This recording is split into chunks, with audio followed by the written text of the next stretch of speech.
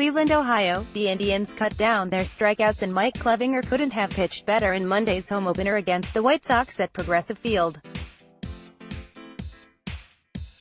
But this has been an uneasy start to the season, a start where things seem to go wrong at the most inconvenient of times for the Indians. It happened to them again on Monday, but this time they had an answer. It came in the form of a 4-run 8th inning as the Indians came from behind to beat the White Sox 5-3, in front of a sellout crowd at Progressive Field. The Indians entered the 8th with a 1-0 lead after manager Terry Francona went to the bullpen after Clevinger struck out a career-high 12 batters over 7 dominating innings. But the bullpen couldn't hold the lead. Chicago's Jose Rondon opened the inning by sending a bouncer back to Adam Cimber.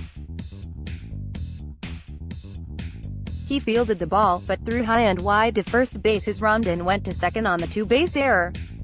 Adam Engel bunted Rondon to third as Oliver Perez relieved. Yoan Moncada doubled sharply to left to tie the game. John Edwards replaced Perez and allowed a 2-run pinch hit homer to Ryan Cordell that disappeared over the center field fence for a 3-1 lead. The 37-degree first pitch temperature suddenly seemed much colder in the Tribe's dugout. But Leonys Martin opened the bottom of the 8th with a walk. Jose Ramirez lined out, but Jake Bauers doubled to the gap in left center as Martin stopped at third. Dylan Covey replaced Jace Fry and intentionally walked Carlos Santana to load the bases and face Hanley Ramirez. The Tribe's DH sent a bouncer to second that Yolmer Sanchez couldn't handle for an error as Martin scored. Max Moroff singled home Bauers to tie the score at 3-3 and keep the bases loaded. The last 2 runs of the inning scored when Roberto Perez and Greg Allen drew bases-loaded walks. Brad Hand pitched the 9th for his second save. The Indians are 15-5 against the White Sox in the last 2 seasons.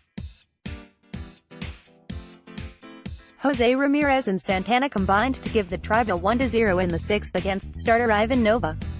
Ramirez, 1 for 11 in the first 3 games of the season, doubled off the glove of rookie left fielder Eloy Jimenez. Santana brought Ramirez home with a single through the shift into right center field. Santana, 4 for 4 in Sunday's loss, has 4 RBI in the last 2 games. In the 3-game series against the Twins, the Indians struck out 39 times. They divided their swings and misses evenly, striking out 13 times in each game.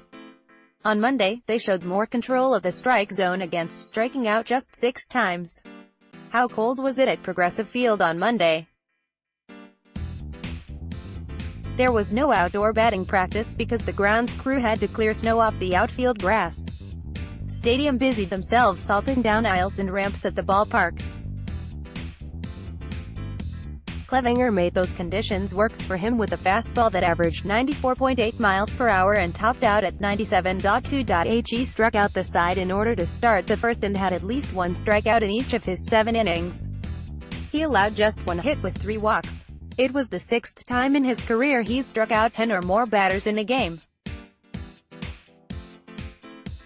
In 7 scoreless innings, he threw 106 pitches, 62 for strikes. In his last 4 starts against the White Sox, he's allowed the earned runs in 28 1/3 innings with 40 strikeouts.